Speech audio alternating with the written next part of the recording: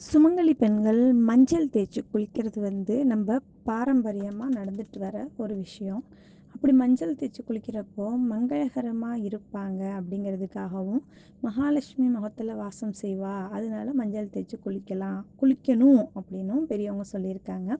சிலவங்களுக்கு மஞ்சள் ஒத்துக்காம அலர்ஜியா போயிடும். அதனால அவங்களால மஞ்சள் தேய்க்க குளிக்க முடியாம வருத்தப்படுவாங்க. அது மாதிரி இருக்கிறவங்க வருத்தப்பட வேண்டாம்.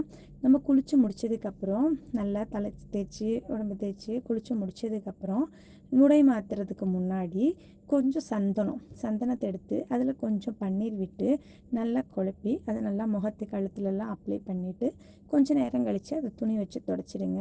நீங்க மஞ்சள் பூசி குளிச்சதுக்கான எத்தன பெரிய அலங்காரம் அந்த முகத்துல தெரியுதோ, அத விட வசீகரமும், லட்சுமி கடாட்சரமும் உங்கள் முகத்துல தெரியும்.